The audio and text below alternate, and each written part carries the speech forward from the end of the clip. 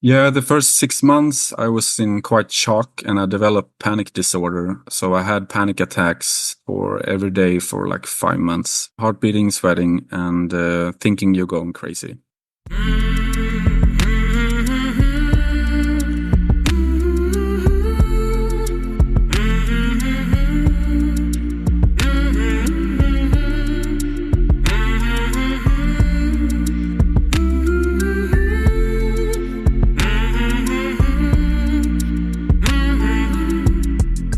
Hey there, my name is Sean, and this is Suicide Noted. On this podcast, I talk with suicide attempt survivors so that we can hear their stories. Every year around the world, millions of people try to take their own lives, and we almost never talk about it. We certainly don't talk about it enough. And when we do talk about it, many of us, including me, we're not very good at it. So one of my goals with this podcast is to have more conversations and hopefully better conversations with attempt survivors, in large part to help more people in more places hopefully feel a little less shitty and a little less alone. Now, if you are a suicide attempt survivor and you'd like to talk, please reach out. hello@suicidenoted.com, on social media @suicidenoted. And of course, you can check the show notes to learn more about the podcast, including our membership. We love that kind of support, but however you're involved, however you support, thank you. I do want to add that we will soon have fiscal sponsorship, and what that means is that we can essentially act like a nonprofit. Why does that matter? Well, if you would like to make a financial contribution, there are some tax incentives. I don't know about that too much yet, but I will let you know if that's something that you're interested in doing and that might have held you back. Should we get sufficient funding, there are some other ideas to expand the podcast and do some cool shit I've been thinking about for a while. And one of those things is I am very much wanting to help people do something like this. Essentially, have your own podcast or niche podcast where you're having very frank and candid conversations about shit that matters, stuff that matters, and do it in a way not necessarily like I do it. Of course, you have your own voice and your own style, but learning how to facilitate these kinds of conversations, being very open and also being a little entertaining and all that goes into that. Of course, I have a lot to learn, and I say that in the intro, but I've learned a whole bunch and I want to help people do it as well. So stay tuned for that. Finally, we are talking about suicide on this podcast, and I don't hold back, so please take that into account before you listen or as you listen. But I do hope you listen because there is so much to learn. Today, I am talking with Erik. Erik lives in Sweden, and he is a suicide attempt survivor. Hello, Erik. Hi, Sean. Erik, you're in Sweden, right? I'm in Sweden, yes. Have I talked to somebody from Sweden? I don't think I have. I think I'm the first one. Wow, Erik, let's roll, baby. And we're just talking about suicide, I guess. We're gonna do. Right. Who does that? Not the common people. How'd you stumble upon this podcast? I'm always curious. Like many people have said, Googling on suicide. For me, it just stood out totally in terms of stories by people that are in suicide ideation or have tried to, because 99% I feel is relatives and organizations that talk about how to, in the first part, deal with the afterlife after a relative has done it, and the other part, how to make a decent suicide intervention or in care. Yeah, so it was very refreshing, and I've listened to maybe 60% or something. So that means you've heard my voice a lot. You look like your voice. Oh, really? Okay, that's so interesting. I look like my voice. All right. Are you in a rural area, somewhere more urban city? I'm in a city. I can share that. Okay. Urban Erik. All right, so you find the podcast. Now, naturally, one wonders, why were you looking on Google and putting in that word suicide? I guess it was feeling alone and looking for comfort in some ways. People that experience the same. That was the reason. And I've always been good at looking up things. I'm glad I found it. Me too. And when was that? How long ago? 2 years ago, maybe. Oh, wow. So you listen to some of the episodes and you go at some point from looking for that type of thing, finding this, among other things, I assume, listening, and then whatever it was last month or so, actually reaching out, considering talking? And that's the other part I'm always wondering about. Like, why talk about it when so few do? Yeah, I think I wrote to you for like 3, 4 months ago. I wasn't ready to be in the postcards, I think, at that time. But the reason I guess it's a tipping point, like a desperation, I think, where you're looking those things up in detail. Yeah. Then also it was a later tipping point where I was like, okay, if I'm not gonna be here anymore, I can at least participate in the podcast. So it was a second tipping point for me. And a lot of things that have happened the last 2 weeks also. So in a good way, actually. Oh, good. So right now there's not a third tipping point. Exactly. We'll see what happens, of course. Now, I want the audience to know, before we started recording, so Erik and I decided not to do this in Swedish. Could I do it? Sure. But we agreed it would be better in English. That's true. I mean, would it be as good a conversation if I was doing it Swedish? It would not. It would be a deal breaker for the listeners. It would be the worst episode ever. I mean, you would be talking and they hopefully would understand a little bit, especially if people speak Swedish heard it. I mean, a lot of people in Sweden do speak English. It's not shocking that some might find this podcast and easily be able to understand it. You speak a lot of English up there, am I right? Yeah, that's true. Especially the young people. Like I was born in the 80s, so 90s and up are even better, I would think. Not in terms, they don't read literature so much, but they play games and etc. Social media, blah blah blah. Have you attempted to take your life? No, I am not. Okay, close. I've been close to buying a rope. When was that, or is that multiple times? It was maybe 2 months ago. Here's a question that it's a hard one, but it's rather straightforward. Why did you not that long ago almost buy a rope to presumably hang yourself? Yeah, to end the suffering, like an escape, like a comfort zone.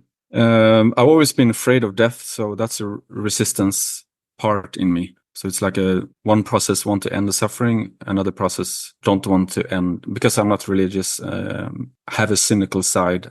So it will probably be black and nothingness. That's a big step to take. I mean, it speaks to how much someone is suffering if they believe that, right? If you believe that, you were going to a place with unicorns and puffy clouds, it might be a little different. Yeah. That was what you said 2 or 3 months or weeks ago. It has been escalating for 3 years and fluctuating, those kind of heavy thoughts like, am I going to buy this rope? I was looking for, what's it called, in the roof where you can hang the rope. Oh, yeah. I don't know what you call that, unless you're talking about like a hook or something. I don't know. A hook, yeah. Or a beam or something to fasten it, right? Yeah. In the worst days, it was a daily, every hour, every day, just thinking about how the fuck I'm gonna deal with this state. For me, I think I've always had a vulnerability for anxiety and depression. So I had like fluctuating light depression episodes, mostly after breakups with love relationships. But when I got 3 diseases in the episode of 6 months, it was on COVID. I lost all my hair on my body, so I have no hair. It's alopecia universalis. You just got it. Like, is there a reason why someone gets that? It's just genetic. It's a lot of people get it sometimes when they got an infection. So it's an autoimmune disease, like a reaction to an infection. In my case, I think it was COVID that triggered it, and genetics in the foreground. When that happens, like you're seeing all your hair go away and not grow back, right? It was in the beard first, and then it was one here on my scalp, and then it just flowed away for 3 months in the shower. Yeah, it was pretty traumatic. I bet. And it's not going to go back. No, universalis is very rare to go back. Right. How do you feel about all this hair loss? I've developed dysmorphophobia. It's not been easy. Yeah, it's like a negative view on the body. You don't look at pictures. You don't want to be in pictures. You're disgusted by your looks. So that's got to affect so many things in terms of socializing and... Yeah, self-esteem and dating. For me, it was pretty hard to get up. Then I got severe tinnitus 6 months later. And that has been also the most challenging thing I've ever experienced.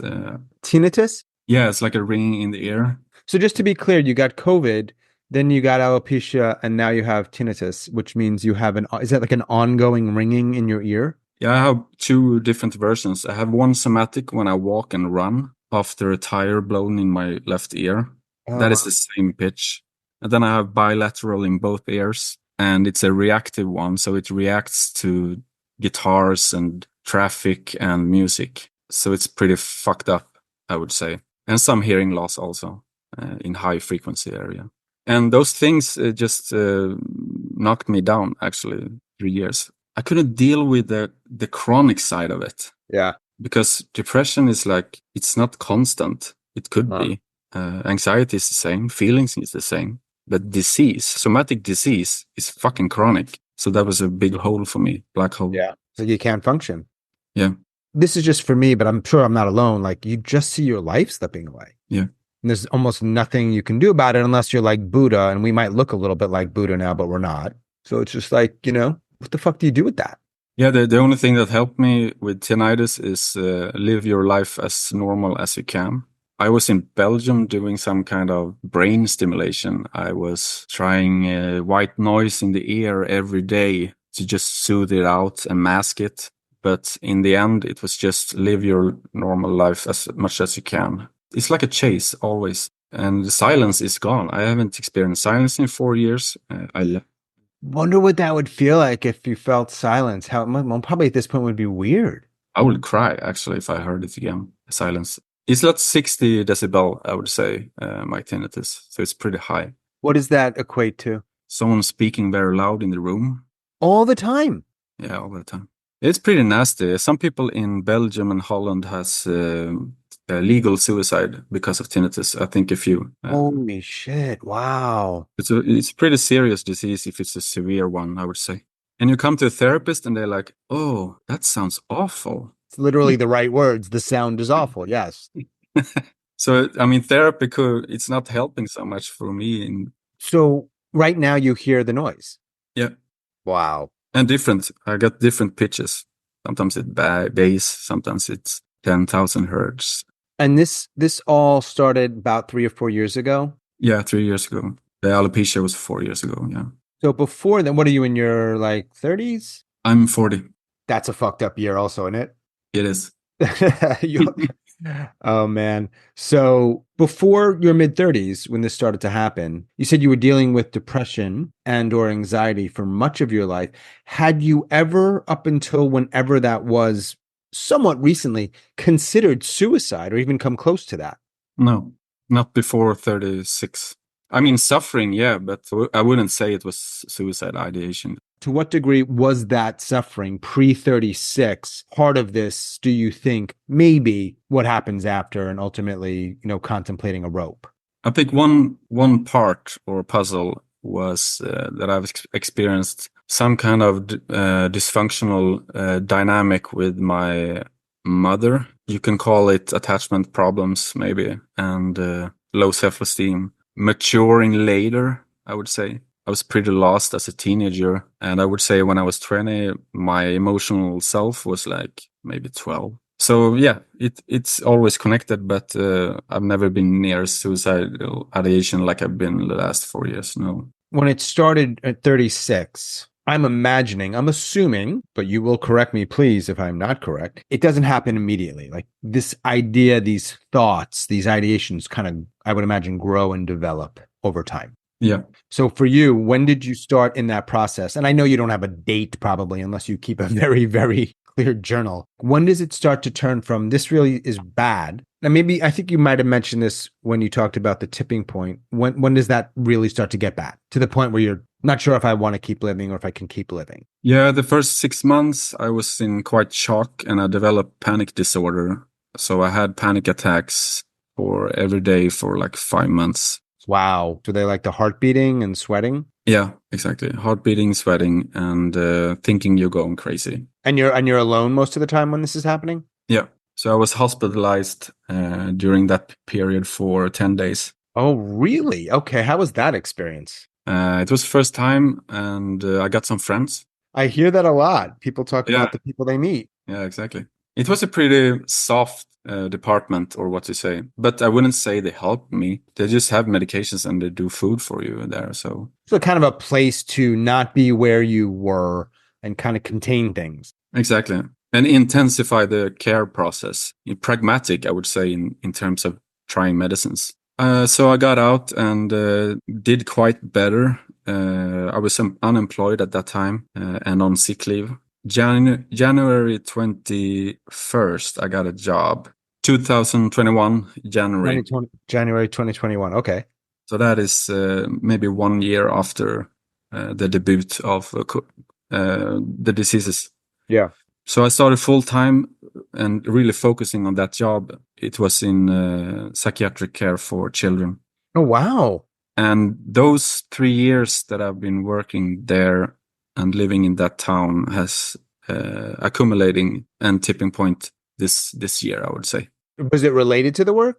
Maybe stress in terms of stress, but not in. It was the diseases actually and loneliness. Yeah. Fucking hell, we just don't talk about this enough. Yeah, loneliness is a big one for everyone, I think. For everyone, but some people, everyone's different, right? So some people deal with it the way they deal with it. Some people have more people around that they like, whatever. It becomes meaningless if I don't have a partner. I'm nothing. When the dating field is what it is today, and low self-esteem and all these diseases with alopecia and aesthetics, I just couldn't handle it. It's got to get to a point where you're like, this is probably not going to change. So it's not just what's happening now. It's you're looking ahead 6 months, 1 year, 5 years. Exactly. I thought I was going to be dead. It's just a matter of time. Let's go back to I don't know, 25, 30 years old. Like if I said, hey, Erik, in the not too distant future, you're going to be contemplating suicide. What do you think you would have said? I couldn't relate to it, I think, at all. Given the work you've done in with the kids in the psychiatric care, I mean, I'm imagining you're a pretty sensitive guy, caring guy. I don't think you can do that work, probably. I mean, well, I don't know. I don't know what the fuck I'm talking about. But is your view of people who contemplate and or attempt, has that changed? Yeah, crucial, I would say. How so? I can just relate to the state. Yeah, they're in. So it's pretty easy to show empathy and taking them seriously. And it's one of those things where if you don't go through it, you can certainly have empathy, right? But wow, it changes it. It's got to change it. The expression "takes one to know one" is pretty good, I think. It's not always like that because you don't have to have schizophrenia to work with schizophrenia. No. But sometimes it makes a difference, and for me it did. But at the same time, when I was feeling very bad, like the last year maybe, and non-functioning, then I need to step down and take care of myself first. So you said that was the first time you were hospitalized. Was there a second? 3 days before my 40th birthday, I was thinking of putting me inside, a hospital. It was very close. I was just planning it, making the call. And then I was preparing a party with some friends and relatives. So I was focusing on that. And some things has happened after that. Good things. Yeah. When was your birthday? September 7th. September 7th. A few weeks ago. Well, happy birthday. Thank you. People don't hear me use the word happy that often, to be honest, man. It's just that's what they say. Happy birthday. There's no other word in English anyway. I don't know. By the way, I usually ask this earlier in the conversation, but how do you say suicide in Swedish? Självmord. What does that translate to? Do you know in English? It's self-murder. Self-murder. Yeah, that's what I hear from some other languages, right? Yeah. Self-murder. That's an interesting thing to think about. Yeah, it's pretty rough word. Right. It's a very strong word. I'm not surprised that that's what it is in many languages. It's just, wow, murder. Right, because we associate what that means when you do it to somebody else. So it's rather charged. It's rather, Yeah, it's pretty goosey. I do want to hear about the stuff that's been going on that sounds more positive. But before then, about when do you start to think about, not only like thinking about, I don't want to be here anymore, but thinking about method? In your case, it was a rope. When did that happen again? 22, I think. So you're saying for like, what, 2 years or so, you were thinking about a rope? Yeah. So the question, I suppose, and I know these are challenging, is like, so you're thinking about that. How does Erik live day to day? I understand you've got these conditions that make life really hard. and you're thinking about this, how do you get by the day, get through the day?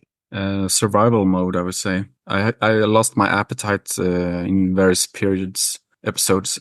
So I eat like maybe one meal a day sometimes. When I work, it's a little better. I got sleep problems since I think 15 years, and they have become worse, of course. So survival mode, yeah. I didn't have so much friends in that town that I was living in either. I just had some colleagues and focusing on the work. So that made also a big difference because you feel very isolated and it's not good for your system. No. Yeah, so 2 years, I think, almost every week, sometimes every day. Yeah. You never bought the rope. No. Were you ever in the store? Yeah.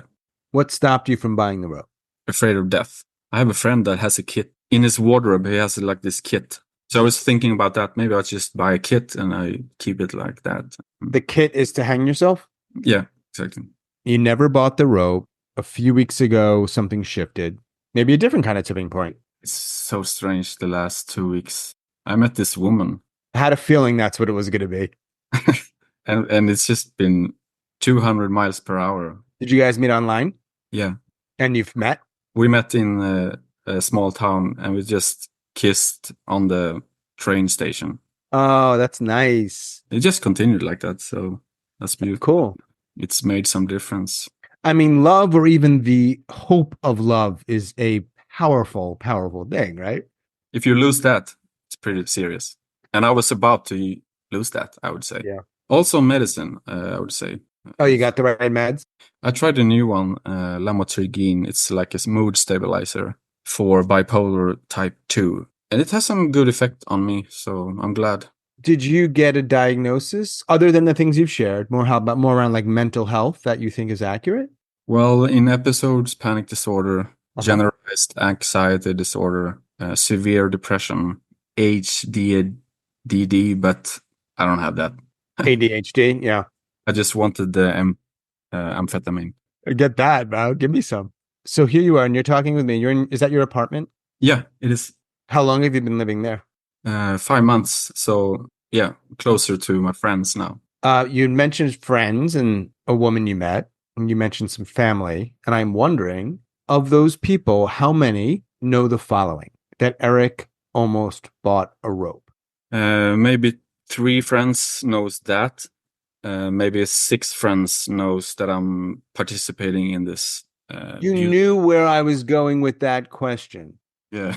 That's somebody who listens to the podcast. So a few friends know about the rope. A few more friends know about the fact that we're talking. Have they been, I imagine they were supportive, or they'd probably not be your friends, right? Did anybody say like, what the fuck? What are you doing? No, they didn't.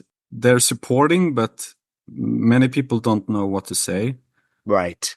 And they feel powerless, I think. Especially when they ask, well, what's on your mind when you think about that? And I'm like, my fucking chronic diseases. Right. And they're like, oh, I wish I could take them away. Yeah. So they make the best of it. But what would you want them to ask if not that? Actually, just stay there and be curious. Yeah. Open and curious. Right. If you're comfortable talking about it yourself, it's easier. It's like this mirror, when you feel afraid, of course you affect the people that you talk to. Yeah, it goes both ways. Did you ever regret not buying the rope? I guess that's a weird question because you would have just bought the rope. But yeah, I'm just wondering, was there ever a period of time where you thought, man, maybe... I'm glad that I didn't bought it because it's not a nice thing to keep. It's a comfort thing maybe, but... Why did you choose the rope as opposed to other ways or methods? Because I've heard that many people get like pills, for example. Some people get in a wheelchair with a damaged brain. Jumping a train, no, it's too brutal. Jumping from heights, I'm afraid of heights. If you were in the United States, you'd just get a gun. The gun thing, yeah, guns are not common here. It's very brutal on the scene with a gun. Right, that's true. So I want to take care of the people that find me. I mean, a rope and a hanging body is not so nice either, but Right. I mean, there's no nice in a really nice way. Yeah, legal suicide in Belgium is quite nice. All the relatives are there. They put a needle in the blood and they just zoom out slowly. I think slowly we're moving more in that direction, including Belgium. I'm surprised. So in Sweden, 100% you cannot do anything like that. No. In Denmark, you can, I think you can have assisted death if you're very old to avoid suffering when you're very ill, I think. Suicide tends to be rather stigmatized. People don't talk much about it. There's a lot of judgment. Is it that way from your experience in Sweden? Because Scandinavia, from our perspective, tends to be, and I'm grouping those countries together. I know they're all different, a little bit more open and liberal about some things. Does that also apply to suicide, or is that different? There's a lot of organizations that do help. You can call for help. You can talk to someone. Suicide Zero. So there's a lot of. I think the government has made a goal like for 10 years they're gonna lower the. I think it's 1,500 a year. 1,500 people complete. Yeah, exactly. We wonder how many try, or even more, far more are people like you. Yeah. Thinking about it, coming kind of close, walking around the store, looking for a hook. That's a large number. No doubt. No doubt. Can't measure it. We don't know. Both yes and no to answer your question. It's not so fragile to talk about it, but it's not common and it's very becomes serious when you talk about it, of course. Yeah, and it seems based on the conversations I've had for this podcast and a bunch of countries, some near you, some not, this is the thing. This is basically how it is most places. Mm-hmm. I love that different countries participate.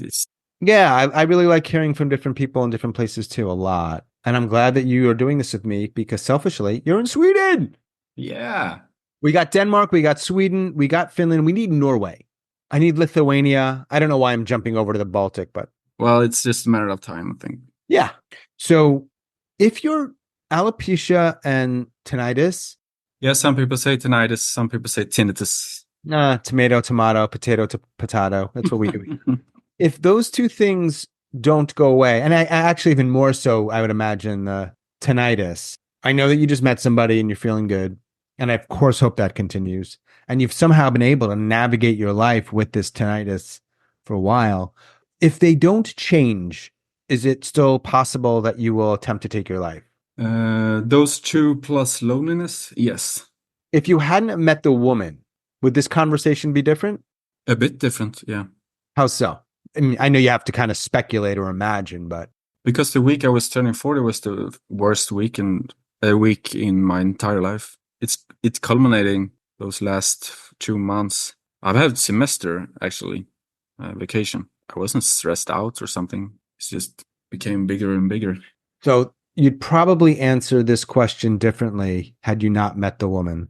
And the question is, and you've heard it, the pink and purple pill question. I magically give Erik a magical pill. It happens to be colored purple and pink or pink and purple. If he chooses to take the pill, he goes to sleep. He dies without any pain. Nobody knows it's a suicide. They just think Erik died in his sleep. What do you do with that pill? Save it. Where? In a little beautiful pearl box. Right. And we have to decide if there's an expiration date. So we won't have an expiration date on this pill. So it will be That's good. Effective. It will not lose its efficacy, if that's the right word, indefinitely for the future. Oh, beautiful. I mean, good. All right. So you're not taking it now. You're holding on to it. If things go the way they are, who knows? But if you're dealing with what you're dealing with and the loneliness, who knows? Yeah. There's something about your space right now with it being a little dark than like the glowing light behind you that is so like perfect for this podcast, but I can't tell you exactly why. It's just like the right visual. I don't use the visual. Nobody's going to see you, but it just works. It works. It's just like a little, you know what I mean? It's like dark, but a little bit of light. Are there any myths or misconceptions you want to discuss or dispel? A lot of people have said cowardness. The thing I would say primarily is that it's weak. I think it's the most tough decision anyone can do to make that step. It takes some pretty fucking guts to do that. I wonder why people think it's weak. I don't know if there's an answer to that. I just wonder where that comes from. It could be connected to the shame and selfishness discussion. Yeah, I'm sure it is. So it's like a response to that. So it is early October now, starting to get dark, I imagine. It is, yeah. So what time does the sun go down now? 6:30. In the middle of winter at its peak, when does the sun go down? 3. So Yeah. there's not that much sunlight No, it's very dark, yeah. and cold, obviously. Yeah. So does that affect your mood? In later years, yes. I would rather be in Italy or... Let's go to Greece or something. Yeah. Pretty sure a lot of people feel the same way. Croatia, Portugal. Is there a question that I don't ask from the episodes you've heard that you think would be a good question to ask, or something to talk about that I don't typically bring up? I don't think so. Oh, I'm fucking good at this. Are you working these days? I've been on sick leave for 4 weeks now after the vacation. And I'm starting on Monday, actually. But maybe part-time. Same kind of work? Yeah. Yeah, I'm always curious how people spend their time. So are you, you're going to be hopping online with the woman. That's what you're doing. Yeah. That's what your night is, right? Talking to the woman? Yes. She lives in another town, so. Swedish, though. Yeah, Swedish. Half Finnish. Oh, okay. Because in some ways, like Denmark, Norway, and Sweden have some similarities, but Finland's just different. I love it. They're very sincere and they're very clear and evident in the communication. No funny stuff. No bullshit. Yeah, humor, of course, but no bullshit. Yeah. That is refreshing. But at the same time, a little traumatic because of the old war and a lot of alcoholism. So. Not alcoholism, yeah. When you were struggling, whether now or then, but particularly the last 4 years, how did you cope? And so some people will drink, some people will drug, some people will do this. Like, did you have a thing that you could just do to get through the day? Yeah, I was sleeping to 12. I was having a small breakfast and a coffee. And then at 3 p.m., I would get a little anxious, low mood, and I would have a beer, half pint. Then I would just wait for the beer to go out from my blood system. And I would take a small dosage of antipsychotics that they use for anxiety. So it's survival mode, yeah. So what do you do now, though, to survive? Because you still have a lot of the stuff you had. I know they said the medication's helping. I know a little love helps, but what else, if anything? Music has always been my loved one. Friends, very important. I forget all my diseases when I'm with friends. Exercise, of course, but it's the most boring thing I know to exercise. I would rather do dishes. Why can't we create something where, as you're doing the dishes, you're getting exercise? Yeah. Combine these activities. That's a funny view. But the summer here has been so good also in terms of weather and also the autumn. So, I mean, climate change, it's in the background, but. Yeah. When this episode comes out, I don't have an exact date, but it won't be too far from now. Will you listen, do you think? Do you want to hear your own voice? Yeah, I'm not sure. I think I would listen once, maybe. Yeah. Do you think it's the kind of thing you would share with friends or family? If they want details, they can listen, of course. But yeah, I think for some people, it's a way to talk about it and have people hear it, but without having to actually have the conversation, right? They can just say, hey, here's the link. And if you want to hear it, that's like an interesting thing that when I started the podcast, I didn't really think of that as a potentially important thing, but I do think people use it for that. Yeah. It's hard having those conversations, but if you're just like listening on your phone, it's different, but still informative. Yeah, I think it's very big in Sweden, like this myth of if you speak about suicide, you make it a bigger risk. That is just fucking bullshit. Yeah. It's changing, but it's still strong, I would say, that kind of view. Oh, yeah. It can be changing, but still take who knows how long. And maybe it'll never go away. I would say it's the opposite. I mean, it depends on how you talk about it. But yes, in your case, on your podcast, it's very simple. It really is, Erik. And you ask questions about it. I said from the beginning, this is not very complicated. I'm just surprised I'm the only one, I think, doing something like this. Maybe I'm not. I'm not sure about the memory title thing, but... Damn it, I was about to bring that up. Well, you brought something up, but I wanted to say you make a very good point. You made many good points, but It's not just that we talk about it. It is how. How is the key. Yeah, it is. Let's get to this fucking memoir title. I don't know right now what it is. Okay. I'll be very transparent about that. Do you have a list? No, I was writing other stuff down. Did you have a memoir title in mind? Because you might. You've heard the podcast. Maybe something, was in your head a little bit. No, nothing. I'm just on my fucking own trying to do this. Yeah, you are. Sorry. You can do it during the editing. What else would you like to share before we get back to our lives? I hope that you get some people that can edit for you without lowering the quality, and that you continue doing this. I love it. Thanks, man. Me too. More people, more places, more countries, maybe even some fancy technology to have me so we can do it and reach more people, because most people don't speak English in the world. Are you tired of it in some ways? No, I am not tired of it. No, because even though, I tend to ask some similar things, there's a lot of not a lot, but there's some overlap, despite everyone being very unique. You hear some similar things over and over again, but I just enjoy it. And I think everybody, even despite what people tend to think, and they share this with me sometimes, I do think that it helps people. They'll say like, oh, my story's boring, or no one will care, well, you can decide that for yourself, but people will hear it. You just don't know the effect it has. Whatever the reasons are, that particular person resonates with you, and it helps a little bit. But one thing I got in mind now is like, even though I mentioned the diseases as a part factor for coming to those tipping points, I think the depression is the leading factor, like a chain reaction. When you look in your mirror and people noticing that you're not feeling well, it's pretty obvious. It becomes embodied. People in your life, and you've gone through some physical changes too, but what you're specifically talking about is the fact that they just know you're not doing well. They can see it, they can feel it. Yeah, and also that the depression is the strongest force, I would think, to desperation and hopelessness. Yeah. I don't think I could touch on how serious it is before. It's very common that people say, when you have children, you don't know until you have them. Right. But it's the same kind of thing in that you just don't know until you deal with it, go through it. Yeah, sometimes. For some people, anxiety is the same. All of it kind of overlaps and intersects, right? Your physical stuff, depression, anxiety, and it's easy to lose track. And it's easy to lose hope. Isn't it cool that I'm in the United States and you're in Sweden and we can talk about this and then people will hear it? Isn't that crazy? It's awesome. On their phone. It's awesome. Someone, you need Wi-Fi or something like that, right? And you need a phone, but you could just have a phone walking around the hills somewhere in whatever town or country. Yeah, it's interesting. It takes some, it's pretty bold to start something like that. I guess so. I mean, what's the real risk? Yeah, that's the rawness I like.